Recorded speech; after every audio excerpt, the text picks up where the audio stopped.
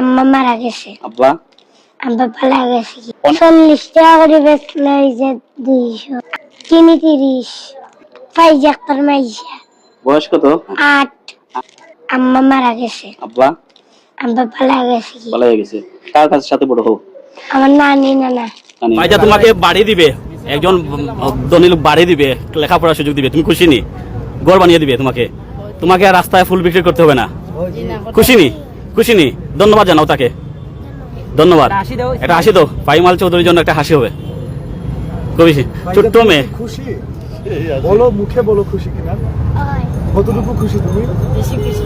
হাত দিয়ে দেখাও কতটুকু খুশি। হাত দিয়ে দেখাও। বেশি খুশি। বেশি খুশি।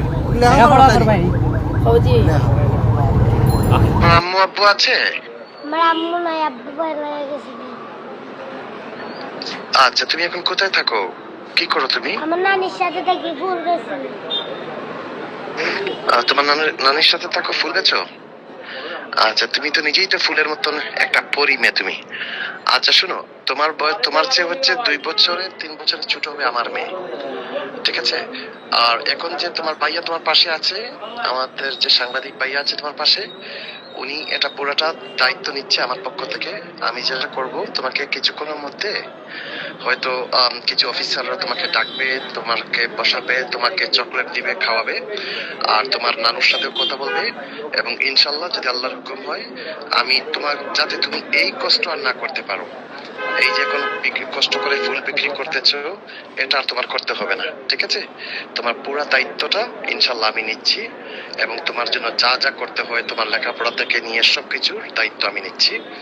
এবং তোমার নানিকেও সহযোগিতা করব, তোমাকেও সহযোগিতা করব।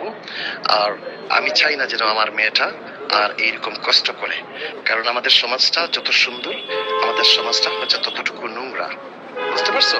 সো আমি তোমার নিরাপত্তার চিন্তা করতেছি, এন্ড আমি পুরো রেসপন্সিবিলিটি, তোমার দায়িত্বটা নিচ্ছি। তোমার সাংবাদিক ভাই তোমাকে সবকিছু বুঝাই বলবে কিছুক্ষণের মধ্যে, ঠিক আছে? দিয়েছে। আর তুমি তুমি আর এখন থেকে তুমি ইয়ে করো না, আর ফুল বিক্রি করার জন্য বাইরে না। শিমুল, জি ভাই।